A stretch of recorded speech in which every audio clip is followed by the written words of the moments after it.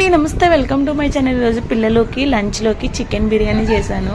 Taste అయితే భలే ఉంది. టేస్ట్ చాలా బాగా కుదిరింది. మా పిల్లలకి ఇలా చికెన్ బిర్యానీ చేసినప్పుడు వేరే గ్రేవీ ఏం అవసరం లేదు. ఎందుకంటే నేను బిర్యానీ చేసినప్పుడు కొంచెం స్పైసీగా చేస్తాను కాబట్టి ఆ స్పైసీకి కొంచెం ఆనియన్స్ లెమన్ పిండుకొని తినేస్తారు.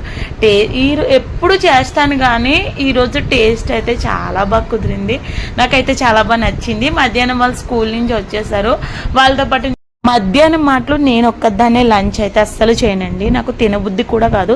పిల్లలు వచ్చేదాకుండి పిల్లలతో కలిసి తింటాను. మా ఇంట్లో ఫుల్ డిఫరెంట్ ఎవరంటే మా పాప. ఏమైనా స్పెషల్స్ చేశానంటే అసలు ఏడుస్తూనే ఉంటుంది, ఎందుకు చేసామని. ఇలా బిర్యానీస్ ఫ్రైడ్ రైస్లు అలాంటివి అస్సలు తినదు. మేము అవి చేసుకుంటే తనకి వైట్ రైస్ చేశానంటే ఆ చికెన్ వేసుకుని తినేస్తుంది అనమాట. బిర్యానీ అంటే ఇష్టం లేని పిల్లలు ఎక్కడైనా ఉంటారా? మీ ఇంట్లో కూడా ఉంటే కింద కామెంట్ చేయండి. అండి నమస్తే వెల్కమ్ టు మై ఛానల్. ఈరోజు పిల్లలకి లంచ్లోకి చికెన్ బిర్యానీ చేశాను. టేస్ట్ అయితే భలే ఉంది. టేస్ట్ చాలా బాగా కుదిరింది. మా పిల్లలకి ఇలా చికెన్ బిర్యానీ చేసినప్పుడు వేరే గ్రేవీ ఏం అవసరం లేదు. ఎందుకంటే నేను బిర్యానీ చేసినప్పుడు కొంచెం స్పైసీగా చేస్తాను కాబట్టి ఆ స్పైసీకి కొంచెం ఆనియన్స్ లెమన్ పిండుకొని తినేస్తారు.